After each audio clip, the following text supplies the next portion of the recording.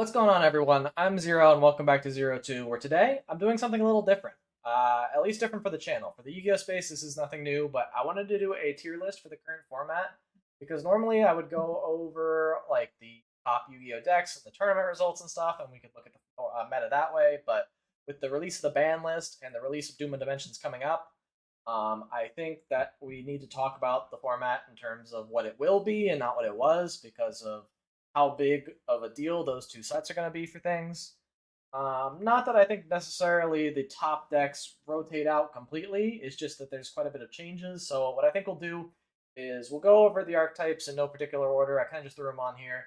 And then I'll flash over to some of their key cards, and we'll talk over what changes for the decks, post banlist, post DOOD, and how that's going to impact how they play out. So starting off, we have Vanquish Soul, and more specifically, Vanquish Soul K9. Although I guess I should go over what the tiers mean first. So first and foremost, we have top tables. These are the decks that can at what I think is the highest level. You know, YCSs, large regionals. These are decks that are going to be consistently doing well, topping, winning. These are, if you had to pick a deck to play this format, these would be the ones I recommend. Right below that, we have regional topping decks. These are decks that might get a regional top or two throughout the format, maybe even a YCS top, like one throughout the format, but not necessarily dominating the top tables by any stretch. These are like a tier down from those top decks, but still have a chance to, do well. And are certainly good decks, just not quite at the same power level of these top threats. Then we have locals viable. These are decks that could easily win your local scene. These are decks that I don't think have the potential to go the distance in a large, like 9, 13 round tournament or whatever these end up being. But still could win your locals, draw hands that are pretty busted, and overall, surprise your opponent with some solid uh, power level and games and stuff like that. I think they have a chance to win, just not at a higher level of competition. Then rogue decks, these are decks that do a fun or interesting gimmick, but aren't quite good enough to compete in the modern format at the moment, in my opinion. These are decks that you can still play if they're your pet deck, and it's totally fine to play them. Just don't expect consistent success week in, week out. And then the trash decks that I don't think you should play. I don't know how many of those we'll have, since I kind of curated the list from decks that I expect to be somewhat relevant. But there maybe you have a couple decks that fall into that category. But without further ado, we got Vanquish Soul K9, like I was about to start talking about. This deck used to be in top tables. This was probably the best deck of the format. I don't think many people disagree with that, but with the limit of Raisin and the limit of Stake Your Soul, the deck really struggles. I think I'm going to go ahead and put them into somewhere either Rogue or Locals viable. It really does hurt to lose the two fires and the two starters. I guess four starters was really horrendous stuff.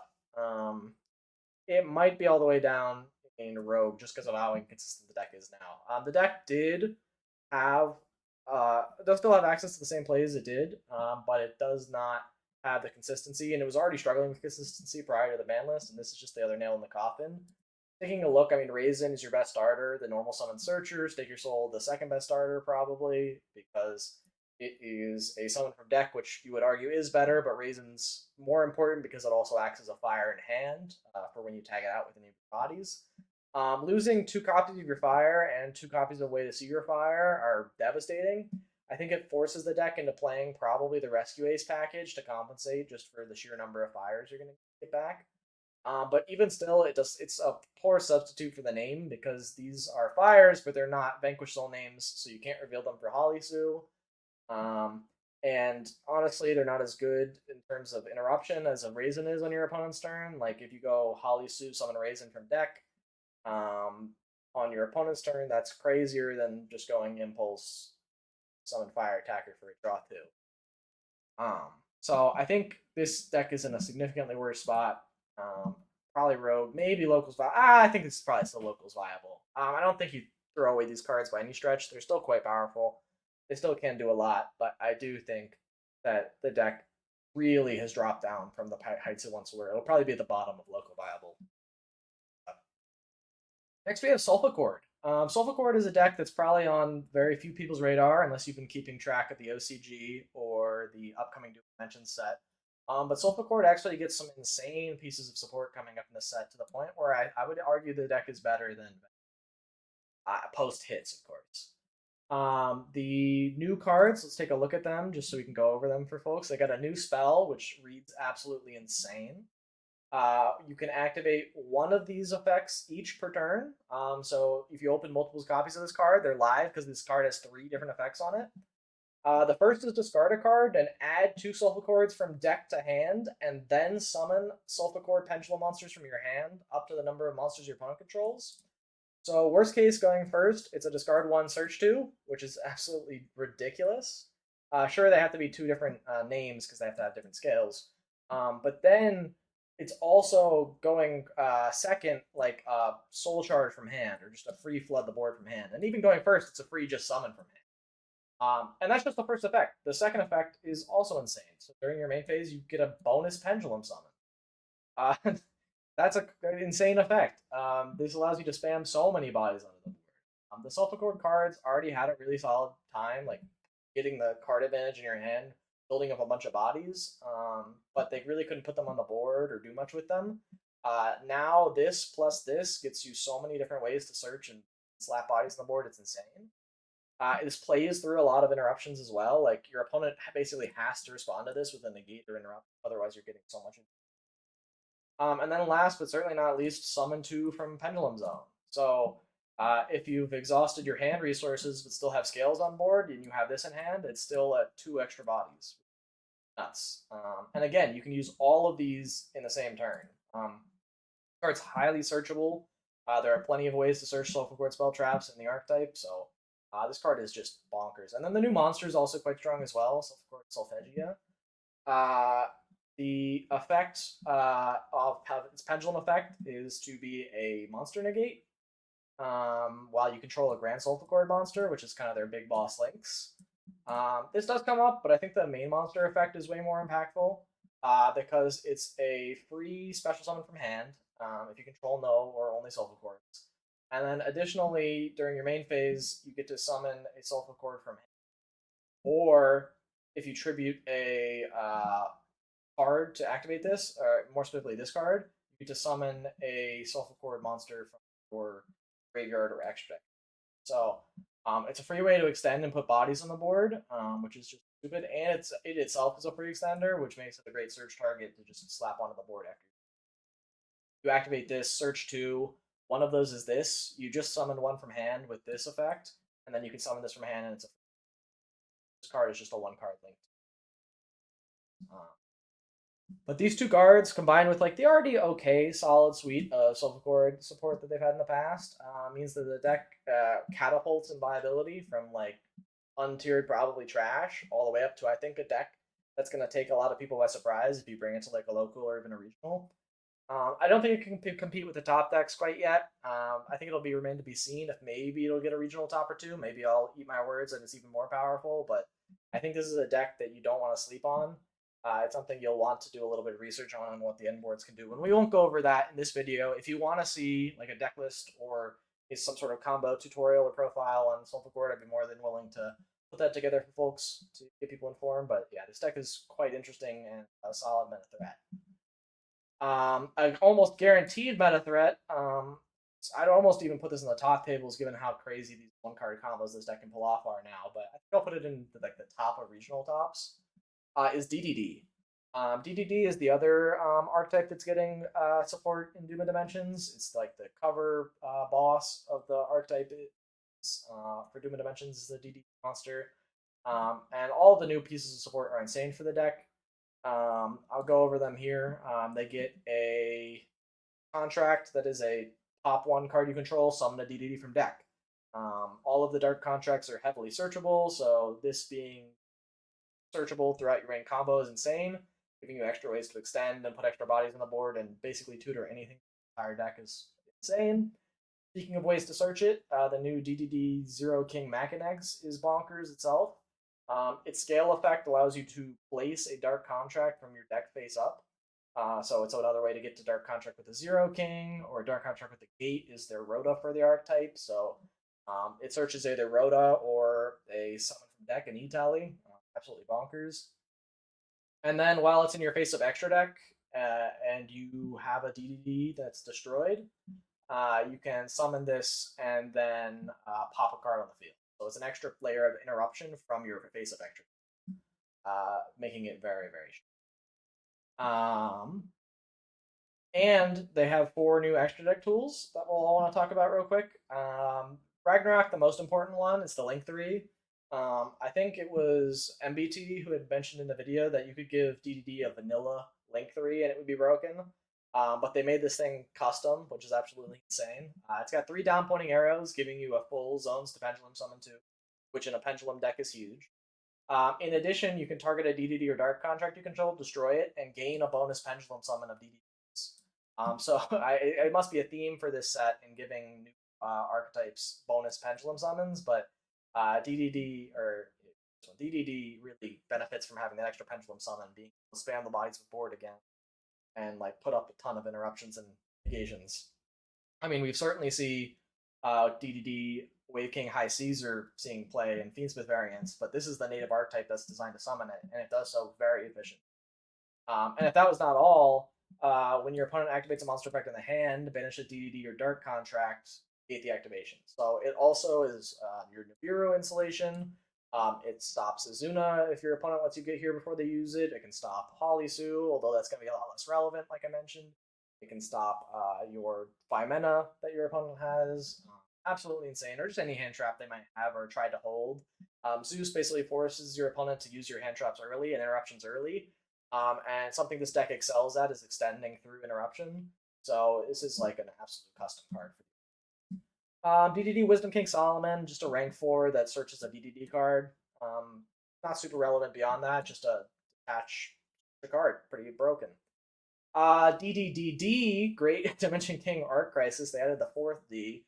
All irrelevant except for the fact that it can attack all of your opponent's monsters once each, and is a contact fusion by using monsters from your field or graveyard. So throughout your main combo, you will be putting a fusion, a synchro, an Xyz, and a pendulum DDD into rotation. And so this is basically just on turn 3 a free follow-up that can swing over boards and help you out super easy. And then last but certainly not least is their new Synchro Clovis, which on summons back a banished DDD, which is broken. And then additionally, if it's banished, it gives you piercing, so it makes your Dimension Crisis an insane OTK tool even further. You're gonna be banishing this to summon the Dimension Crisis, and then once you've banished this to summon it, you give this piercing, and now it's a 4K body that pierces. Same thing with this one. This one, I guess I should have mentioned its other attack. So this one's effect makes it so you inflict damage equal to the monster's attack that you destroyed. So basically, this guy's a guaranteed 4,000 every single time it attacks. Swing over. Insane. So yeah, I think this deck has high regional potential. It might even win a YCS or two. I think it has that kind of sleeper potential. DDD has access to a lot of great floodgates as well that it can play, and as you saw, the place is generic, so it can place any DD or Dark Contract. There are plenty of great Dark Contracts that are both pops or floodgates or stuff like that. So this deck is really strong. And like I said, wouldn't be surprised to see it topping regionals. Wouldn't be surprised to see it winning YCSs even. Maybe at the end of the tier list, I'll slide it up depending. Right now, it sits at the top of region. Merlantian, really interesting because this deck received no hits on the ban list. It's in the same position card-wise in its deck that it was last format. I mean, obviously, it had received on the previous ban list, but even so, I think just with the power level of all of these new decks, this deck has fallen all the way down to, I think, Rogue, in my opinion. Sure, your barrier statue is strong, your hand loop combo is strong, if you can get to them. I mean, there are just so many ways to remove bodies now. I mean, Neptivus summon used to be really hard to deal with, but now there are plenty of ways to interact with and interrupt it before you can even do anything with it, with like a 5 mana or something like that, and then lost one of your best starters. Additionally, this deck activates a ton of graveyard effects, which turns on all the K9s, which, as you know, is not great. So it can be really tricky. I mean, when this deck goes first, it's strong. When it's second, it can break a board, but with the amount of layered interaction that boards have nowadays, it's not So Rogue, I think, fits it well. I don't think I had any cards specifically. Branded. Um, Branded's probably trash. Branded Dracotail is another question, but I don't think it's fair to talk about Dracotail when we have like a whole separate section for Dracotail. Like you could splash a small branded edge Dracotail, but I don't think that makes the deck a branded deck. Pure branded is just not good enough to compete anymore. The second branded fusion does not do anything or doesn't do enough to compensate for the lack of power that the deck has relative to the top meta decks. It's too interruptible. It has too many choke points compared to these top meta strategies, and so I think it's just not. You have so many better options to play. Maybe when the new structure deck comes out, it could be cool to pick it up again, but I don't know. Pure Ryzeal. Pure Ryzeal is in an interesting spot. I lost an Ext. I don't think that's the end of the world for it, and in fact, I think what it got back give it even a little bit more in terms of what it can do now. So I'd say it's locals viable. Probably better than Makersol K9. The key thing, like I said, X limit hurts a lot. This is obviously an insanely broken card. Sending an Xyz monster from extra deck to graveyard is cost to summon it. Stupid. Being able to either get you an extra Ryzeal in grave, so your summon by summon 5, your Nibiru proof is dumb. Being able to send the Meteorologic Aggregator to contest your opponent's interruption and chain block your X Ryzeal search is stupid. Or just sending Valon and popping a back row equally as good with X. And X does it all. It does all three of those things without any commitment.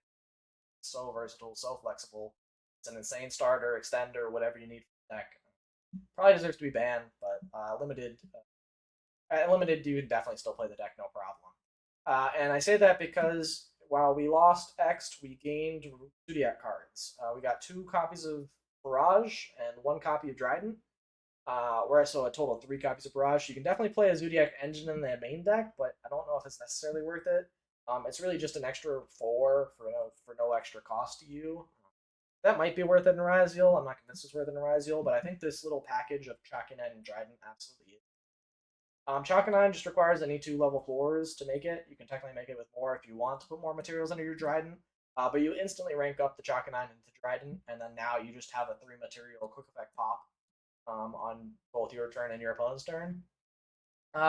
Insane, insane, insane. I think this is a much better third Xyz to make throughout the Ryzeal combo as opposed to something like a Tornado Dragon. And now, since you're no longer committed to making your King of the Feral Imps, which is banned for the Mitsu-Rugby bridge, I think that this is a fantastic end board piece that you can make that we now have access to. That makes your amount of interruptions significantly more scary because, unlike Detonator, Dryden does not have to wait until your opponent activates a card or effect. So they can't just like normal summon a body and like start to combo with it. You can instantly get rid of it with a Dryden before they're able to. So yeah, I think local's viable for sure. I don't think it'll get any regional tops. I mean, there's also the other variants like Onomot and Heraldic, and I think you probably do need to play at least one of those separate sub engines just because now the Mitsu-Rugby bridge is dead. But you probably don't. You don't need to. Like you can still just play pure Ryzeal with a ton of hand traps. There's still plenty of searchers, 7th Tachyon and 7th Ascension. I'm sure you lose hard to Droll, but I think Droll is really falling out of favor in the format thanks to the fact that top decks really don't care about Droll at the moment. And so I think you probably could get away with playing more starters in that sense, and then just up for the rest of the space with hand. Pure K9. I think this is a probably a regional contender. I don't know if it's going to be a YCS contender, but the deck is quite strong. With the addition of Naroi, which is their new level 5, and actually let me throw on K9 Jax as well. K9 666 Jax. That's what. But these are 2 new K9 cards that we have access to. K9 Roy being probably the more important of the 2, because it's a normal summon for the deck that on normal summons a K9 from deck. It locks you into K9s while you control that monster, but that's not a problem because you're almost always instantly going in Ripper anyways with this card. And then additionally, you can send a K9 card you control to the grave, which is more often than not your case for K9. And then look at your opponent's hand to get perfect hand knowledge to play. It's really, really crazy card. It's an Ice Ryzeal for the deck that also gets to look at your opponent's hand. This card is good both in K9 Pure and in K9 variants, which we'll get to eventually. Not in K9 Vanquish Soul, unfortunately, like I said. So not something that helps that deck out at all. But Noroi is still very strong. And the Jax is a new extra deck option to go into, which when it's Xyz summoned, you can attach a material, target a monster on the field, destroy it. So it's a monster pop, basically turning your EX Forced Release into 2 pops, which is quite nice. And then additionally, double battle damage, which is kind of funny. I don't think that it's that crazy because you're almost never playing Jax into Werewolf, because you'd have to forced release it again or something like that, or you hard make the Jax and forced release into it. So probably not something you'll see, but the first effect is quite nice, being extra pop, being extra interruption. Something the deck can definitely benefit from. I don't think it's as good as other K9 variants, hence why I don't think it'll be at the top tables. Not that it's not a very strong deck, but it's just there are better options if you're gonna play K9, so might as well compare. Melodious. Melodious is a deck that gets an occasional top here or there ever since they released the support for it way back, like almost a year or two ago. And I think it gets the benefit of being such a small main deck package that you get so many hand traps you're able to play, alongside the ability to play Herald of the Archetype because there are so many fairies. Or not Herald of the Archetype, Herald of Orange Light. But I do think that this deck is not quite at the same power level as these top strategies I have in this locals viable. I think I'll put it at the top of Rogue. I think it's better than Mermail for sure. Having access to Purge is really huge, like I was mentioning. Having access to be flexible, playing the hand traps that beat whatever your local format is, I make it really, really strong. It even could sneak a local top in here and there, which is why I almost want to put it at the bottom of this tier. In fact, I will. I like Melodious. It's going in the bottom of locals viable. I think that K9 Vanquish Soul is still probably better than it, but it's quite strong. Don't sleep on Melodious. I think that this deck can pump out a ton of bodies. The non-targeting bounce is insane. Just an all-in-all quite powerful deck that if you don't know what's coming for you, and especially if they know what's coming for them.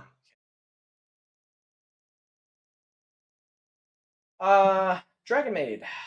Dragon Maid Dracotail is what I want to talk about here. I think this deck is extremely underrepresented.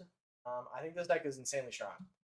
The Dragon Maid cards are all 1 card full combos for both Dragon Maid combo and for Dracotail combo. Because all of these 3, which you can play at 3 copies each, so you basically have 9 starters, 10 if you want to play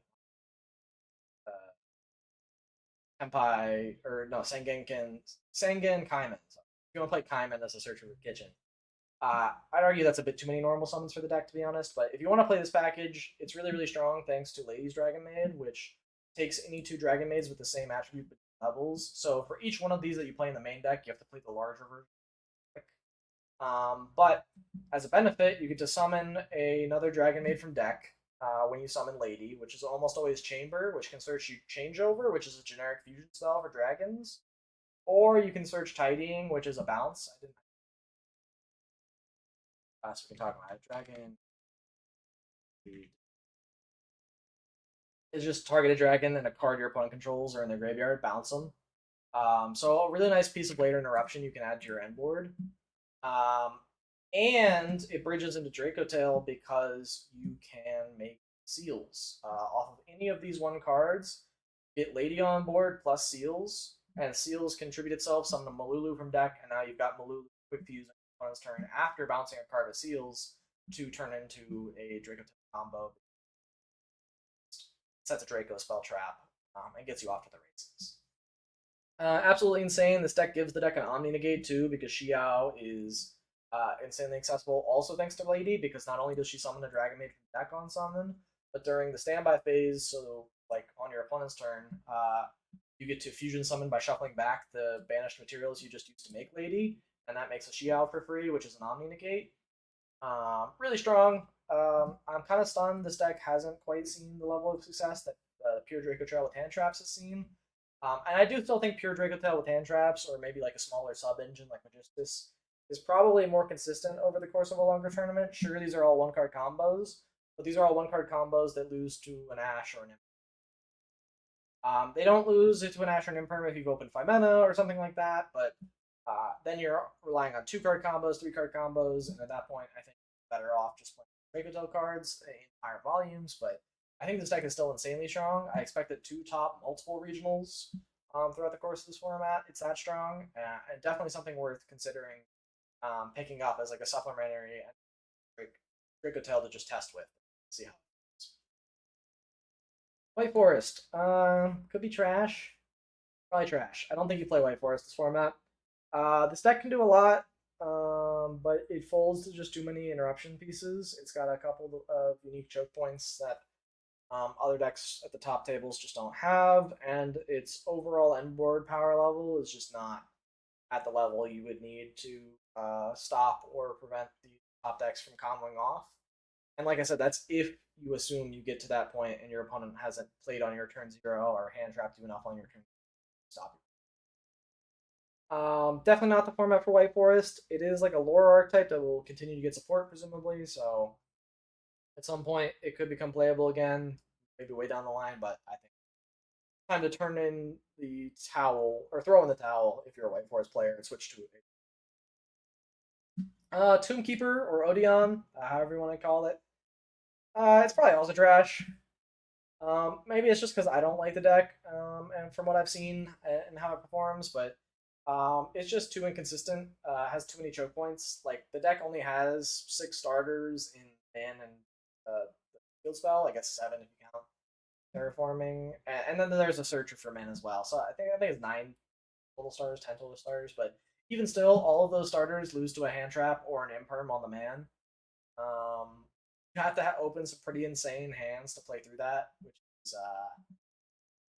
really tough to do in a format where decks like Yummy, our main deck, or Dracotail are main decking like 18, 21 hand traps. They're seeing more than half of their hand consistently in traps. You're just not going to be able to play through it. There is something to be said for back row decks right now because the top decks are so monster heavy and don't have as much back row interaction. Um, People are less prepared for clearing back row, but at the same time, uh, we'll still have a lot of those generic back row removal pieces in their side decks, extra decks, and so I think that it's probably not worth playing this format. Gem Knight is a deck that I think is definitely worth playing this format. Might be better than I don't want to put it slightly worse than Pure Ryzeal, but I think that's kind of a point too. Gem Knight's really cool. It's a deck that has creeped up in the past for its ability to FTK. It's now more infamous right at the moment for its ability to OTK through almost anything. Gem Knight's a deck where you basically just load up on a ton of board breakers, throw them at your opponent's board to get them down to nothing, and then win the game thanks to your incredible OTK tools. I think the most crazy card that they got is Gemini Dispersion, and I think this card's just worth a read for everyone so that they know how crazy this new Sport Wave is. It is a fusion spell that lets you summon a Gem Knight from your extra deck by using 2 monsters from your deck or extra deck. So it is a fusion for deck. It's a branded fusion for the archetype. If that's not all, it's also a Rhoda for the archetype.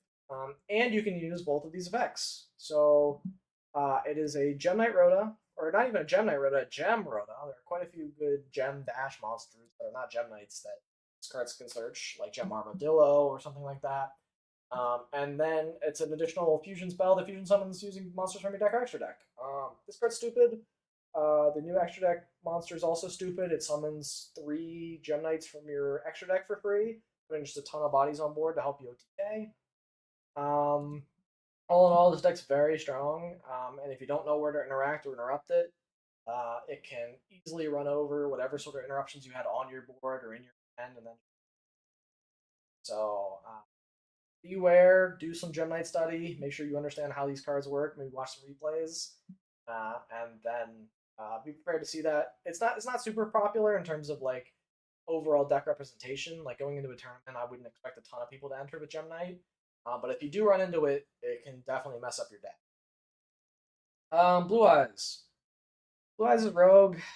It's probably worse than Merlantian. It's probably about the same as Merlantian. How the Mighty Have Fallen. I thought it was really cool to see Blue Eyes, battling it out at regional top tables, winning locals consistently. Structure deck came out, and the Primate cards came out. But all in all, this deck is just not at a level to compete anymore. The Justice Hunters wave of supports for all or not even waves of supports, but it's just the new Justice Hunters decks are insane. They have really taken the power level of Yu-Gi-Oh up to another like echelon, another tier of power compared to before. And it's left Blue Eyes almost completely in dust. All of the top meta decks right now completely trounce Blue Eyes going first, going second. Blue Eyes just can't set up enough to interrupt with top decks more. Sad to see, but it's true. You can definitely probably still win the locals with it, but I don't think you'll be doing it consistently. I think it deserves to be down here in Rogue. Sky Striker in an interesting spot where I think it's simultaneously in Rogue and somehow also in the regional top section because it always just has the dedicated pilots that are going to play it throughout any sort of season, whether or not like it's good or not. And I actually think this is one of the best times to be playing Striker, given how strong Sky Striker Ace equals 0 is. But at the same time, like for most people playing the deck, it's not good enough. You need an insane amount of format knowledge, an insane amount of striker knowledge to play the deck at a competent level. Know where to interact, where to interrupt, how to break the opponent's board is mission critical for even playing striker at a basic level. So I think for that reason, we'll put it at the bottom of local viable and split the difference. The deck's good. Like I said, Sky Striker Ace equals 0 is an absolutely insane piece of custom support for the deck. It is a free searcher for any striker spell from deck or grave, might I add. So if you've already gone through one of your pieces and need to recur it, you can add it back. And then if that's not all, you can quick effect tribute it to summon both a Ray and a Rose from deck, meaning that this is 2,000 damage plus the 15 and 15 from Rose for 3,000 damage, plus summon from extra deck off of Ray for an additional 15 for 65. And then in theory, if you have linkage in rotation or a linkage in your graveyard, if you summon Kagari, you can add linkage back and then swing for that last 15. So this is a one card OTK most of the time on an empty board, and Striker excels at breaking and snapping apart boards if all of their interactions are used correctly. Engage being a 3, being Pot of Greed with an upside is absolutely absurd. And I think this deck is quite strong. It just needs the right pilot to play against top level of player. And so I think it's not a deck for everyone, but certainly a strong deck that I do guarantee you will get a regional top over the. Orcust. This could be Orcust Pure, Orcust Mitsu-Rugby. Although I really don't think there's much point in playing Orcust Mitsu-Rugby anymore with the ban of King of the Feral Imps because there's no real bridge between the two anymore. You could argue that make zombie vampire and then mill an Orcust and then you're off to the races, but that doesn't seem good. I'll be honest. So I think that on top of the fact that banishing graveyard to activate all your Orcust effects turns on all the K9 cards, it puts the deck in a really awkward spot. I just don't think it's the format for Orcust at all. I think it probably goes in Rogue. Might even be worse than Blue Eyes. No, it's better than Blue Eyes. It's better than Mermail. But it's not good enough. Don't get me wrong, the new Link one, custom, crazy, broken. But still, even with all that, doesn't have enough to compete with the power level of the top decks. And like I said, we haven't even gotten to any yet, which I think is crazy. I can peek down here and see they're kind of backloaded in our set, but even still, quite interesting that we haven't seen any. And then I guess you could argue DDD goes up there. I wouldn't be surprised to see Dragon Maid Dracotail, but I digress. Memento is probably like the bottom of regional top. This deck is really strong.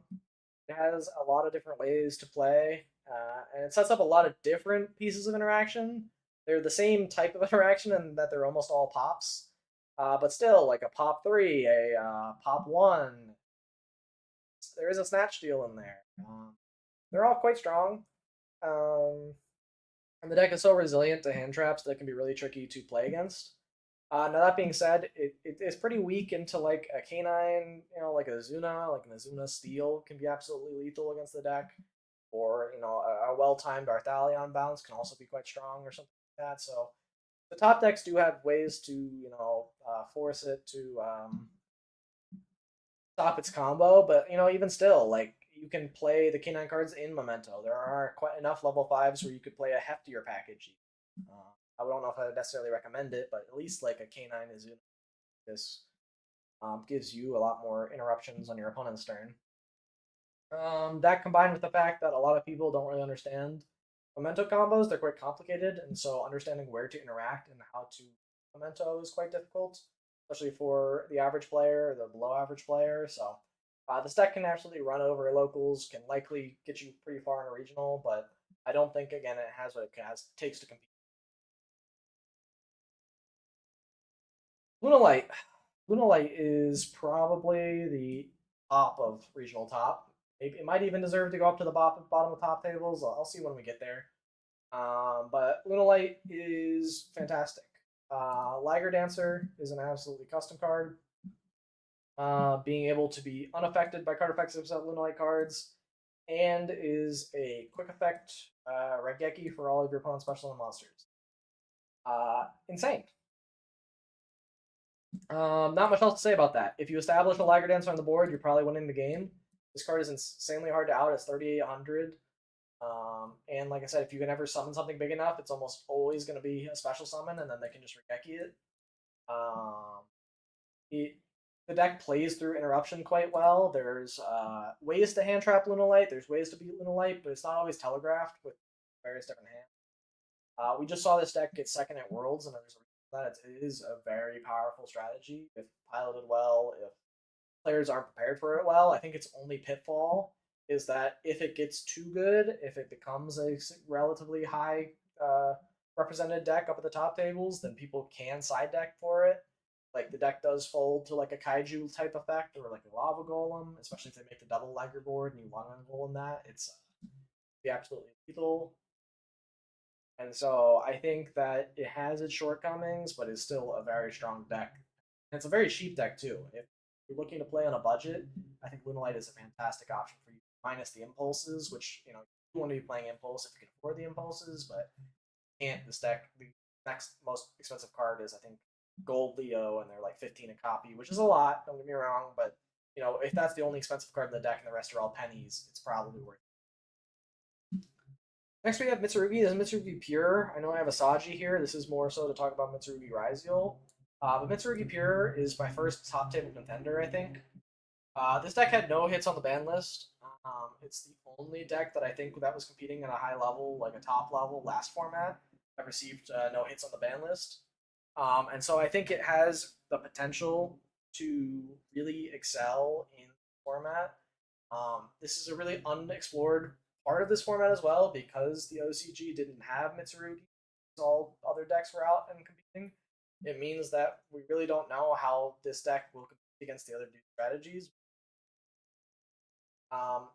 Murakumo, Murakumo is still an insane card. I forget how I have to call them because I used to call Ame no Murakumo Mitsu-Rugby just Ame back when it was just Ame and Futsu, but now I can't do that because there's Habakiri. So this one's Murakumo, and Murakumo being a quick effect Regeki essentially, something back on your opponent's turn. However you want to attribute it, it's quite insane. On top of that, it's a pseudo negate in that it at least forces your opponent to hand rip themselves, which is quite crazy. It's not as good as it was last format when you would be hand ripping Vanquish Little K9 consistently because that deck really relied on having cards in the same.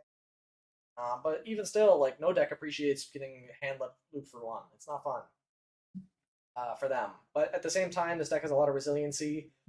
It has almost infinite grind game with the search multiple times with the combo, revive a bunch of stuff with both Kusanagi and prayers, and then cycle and shuffle stuff back with Mitsu-Rugby Circle, whatever the disc ritual spell is, the one that allows you ritual something. They just have a lot of tools to work with. And I think the deck is quite strong, and I expect it to do very well. Uh, Almost juxtaposed to that is Mitsuru Ryzeal. The deck's trash now. No reason to play it. I wouldn't combine these two at all. There's no bridge between Ryzeal to Mitsu, and Mitsu to Ryzeal bridge is weak at best. If you're in a position where you're like forcing yourself to get and keep 2/4s on board to make duo drive, there's so much better you could be doing. It's like a pure Mitsu deck or some other Mitsu splash, like Mitsu Yummy or something like that. I think it's just not worth going for. And then you also, I guess, could bridge into it using the rank 8 that searches the Tachyon spell, but that also always feels horrendous to do. And it's only a one-way bridge. Like I said, without Feral Imps, there's almost no reason to play the two together. They don't function well together, in my opinion. And so, while Mitsurugi's quite strong and Ryzeal's okay, Mitsu-Ryzeal is dead. Malice. Unfortunately, for me, I think Malice is still local viable. The Slash Mage lines gone are huge. I think against the top decks that are able to play a lot of hand traps, losing out on the Splash Mage lines can be absolutely devastating. Alongside the fact that the Dormouse being at 1 means you're less likely to hard open it or see more names, and so the deck becomes trickier. But I think the deck is still playable. All of its core one card like combos that they can do are still intact. It's just a lot more vulnerable to hand traps and interruptions, especially going second. So I wouldn't expect this to top any. I don't even think this will top a regional this format, but certainly at your locals it can compete quite well. And I don't think it has what it to like win a YCS or any stretch like that. It's a quite weakened state after all of those hits to it. K9-Cristron, I think, is the current best K9 variant at the moment. I think with the hits to K9, or sorry, with the hits to Vanquish Soul, this now becomes the new top dog if you want to play a K9 variant in the current format. The limit of inclusion does hurt. Don't get me wrong, it hurts a lot. There are a lot less consistent ways to see the Joko plus the Solfachord now. But that doesn't mean that the deck is killed by any stretch, because just opening K9, you can still bridge into your Cristron via River Stormer. Just opening Cristron, you can still very easily bridge into K9 via Ripper. So using both of the different portions of the deck to bridge into each other makes it just a perfect match made in heaven in my opinion. So both decks covering for each other's consistency, and I think that couldn't be more true with the fact that Noroi is an Earth machine, meaning that it is almost trivial to bridge now using this as a one card combo into Cristron stuff. It's weaker. It's a weaker bridge than say opening, like Jokul plus a 5 for sure. But I still think it is quite strong and definitely worth playing in the deck as a 1, 2, 3 of potentially considering it. And like I said, one inclusion hurts. Not the death of the deck by any stretch. I think this is the way to play K9 moving forward, is to play the Christian. So yeah, this is what I would do if I wanted to make use of my Dracotail. Dracotail is probably the second best deck of the format now. I think while the consistency hits don't kill K9-Cristron, they do hurt it somewhat, whereas Dracotail literally was untouched on the list. Not a single card related to Dracotail was limited or semi-limited or hit at all or banned. In fact, they got back one extra copy of Branded Fusion if you wanted to play the branded version. But I do still think you want to be playing the pure-ish version, whether or not that's with a small Magistus engine in it, in the main deck at least, whether you're playing a small like package of Cartesia or King of the Swamp. You just want to be maxing out on hand traps and playing the good Dracotail cards. Femena being able to play on your opponent's turn 0 is insane.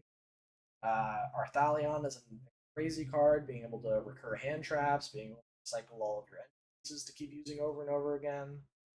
The deck has spell and monster removal on both players' turns, thanks to Pan and those both recycle themselves and each other thanks to the traps that are highly searchable because of your combo. The deck's just really good at going first and second. Going first, it can set up a pretty strong board with layered interaction.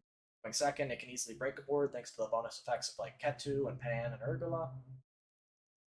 Just an overall quite strong archetype that only gets better dimensions thanks to the new one of Frixel. Frixel is a one of that you'll play in the deck that on normal or special gets to 5 not bad, not great. Has the same set spell trap effect when it's used as fusion material. Just helps you put extra bodies on board to potentially make seals more reliably. Helps you recur resources that you might have otherwise had stuck in the graveyard. It's okay. I don't think this is going to move the needle on Dracotail, pushing it to like the clear best deck. Nor do I think it's bad enough support that it lags behind the other top decks with their support from mentions, but it is certainly the weakest new support of the 3 Justice Hunters decks. But thanks to the fact that it got no hits on the ban list, I think that Dracotail is still quite strong. And then the time you've all been waiting for, the best deck in the format is going to be Yummy. In fact, let's go ahead and add a roll above. It's the Yummy tier, baby. Yummy best deck. Yeah, no, in all seriousness, Yummy is probably the strongest deck in the format. The addition of Marshmallow makes the deck an order of magnitude better, even with Limited Obedience School. Like, don't get me wrong, this card's crazy. If you successfully resolve this card, you were probably winning Yummy. But you can always just cover that with more copies of Pure Reyes map, or the mandatory, essentially 3 copies you're going to be playing of Marshmallow Yummy in them. It's a free extender, regardless of whether you control a Light Beast or not. So it allows you to summon itself from hand for free, to start your combos pre-normal summon. It is an activated effect, so this is the one way the deck can now turn on the K9 interaction, but even still, this isn't bad to normal summon either, because it adds back a Yummy spell trap from graveyard, meaning that when you go through your main combo and search Surprise, you can use Surprise to extend on your first turn and then have Marshmallow just reset it for free, like you never even. Quite insane. And then what's also nice is that if it's summoned by a synchro effect, you can place a Yummy field spell face up from deck or banishment, meaning that no longer SP on Mignon. In fact, it's no longer even worth it to target down their minion.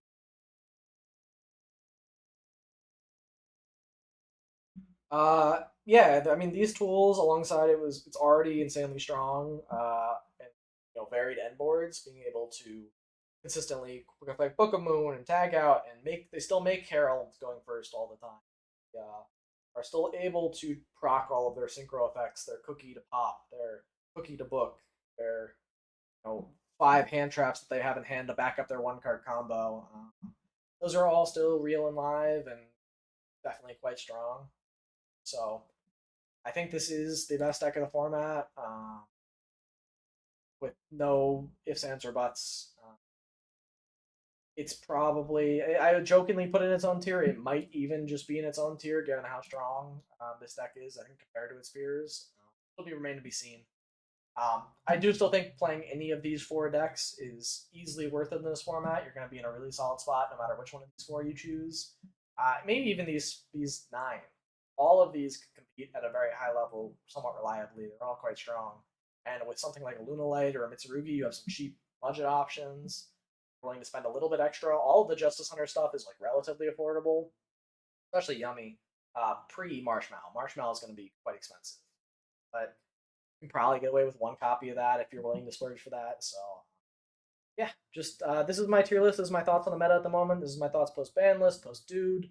Let me know down in the comments if you disagree with any of my takes, any of my thoughts, and my opinions. If you disagree, we can chat about it more. I always respond to every comment. If you like this kind of content and want to see more, go ahead and like the video. Go ahead and subscribe to the channel so I can know to make more content like this. And without further ado, thank you so much for watching, and I'll see you all in the next one. Bye!